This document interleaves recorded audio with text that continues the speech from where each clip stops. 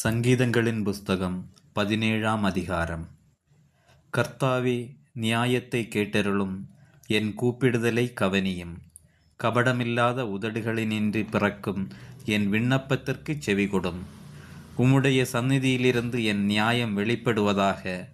உம்முடைய கண்கள் நியாயமானவைகளை நோக்குவதாக. நீர் என் இருதயத்தை பரிசோதித்து ராக்காலத்தில் அதை விசாரித்து என்னை புடமிட்டு பார்த்தும் ஒன்றும் காணாதிருக்கிறீர். என் வாய் மீறாதபடிக்கு தீர்மானம் பண்ணினேன். மனுஷரின் செய்கைகளை குறித்து நான் உம்முடைய உதடுகளின் வாக்கினாலே துஷ்டனுடைய பாதைகளுக்கு விலக்கமாய் என்னை காத்து கொள்ளுகிறேன். என் காலடிகள் வழுவாதபடிக்கு என் நடைகளை உமது வழிகளில் ஸ்திரப்படுத்தும். தேவனே, நான் உம்மை நோக்கி கெஞ்சுகிறேன், எனக்கு செவி கொடுக்கிறீர்.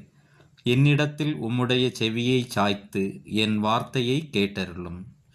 உம்மை நம்புகிறவர்களை அவர்களுக்கு விரோதமாய் எழும்புகிறவர்களினின்று உமது வலது கரத்தினால் தப்புவித்து இரட்சிக்கிறவரே, உம்முடைய அதிசயமான கிருபையை விளங்க பண்ணும். கண்மணியைப் போல என்னை காத்தருளும். என்னை ஒடுக்குகிற துன்மார்க்கருக்கும் என்னை சூழ்ந்து கொள்ளுகிற என் பிராண பகைஞருக்கும் மறைவாக உம்முடைய செட்டைகளின் நிழலிலே என்னை காப்பாற்றும். அவர்கள் நினந்துண்ணி இருக்கிறார்கள், தங்கள் வாயினால் வீம்பு பேசுகிறார்கள். நாங்கள் செல்லும் பாதைகளில் இப்பொழுது எங்களை வளைந்து கொண்டார்கள்.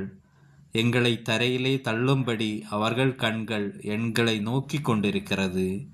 பீறுகிறதற்கு ஆவலுள்ள சிங்கத்துக்கும் மறைவிடங்களில் பதிவிருக்கிற பால சிங்கத்துக்கும் ஒப்பாயிருக்கிறார்கள். கர்த்தாவே, நீர் எழுந்திருந்து அவனுக்கு எதிரிட்டு அவனை மடங்கடியும். கர்த்தாவே, என் ஆத்துமாவை துன்மார்க்கனுடைய கைக்கு உம்முடைய பட்டயத்தினால் தப்புவியும். மனுஷருடைய கைக்கும் இம்மையில் தங்கள் பங்கை பெற்றிருக்கிற உலக மக்களின் கைக்கும் உம்முடைய கரத்தினால் என்னை தப்புவியும்.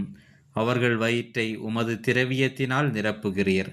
அவர்கள் புத்திர பாக்கியத்தினால் திருப்தியடைந்து தங்களுக்கு மீதியான பொருளை தங்கள் குழந்தைகளுக்கு வைக்கிறார்கள். நானோ நீதியில் உம்முடைய முகத்தை தரிசிப்பேன். நான் விழிக்கும்போது உம்முடைய சாயலால் திருப்தியாவேன். ஆமேன்.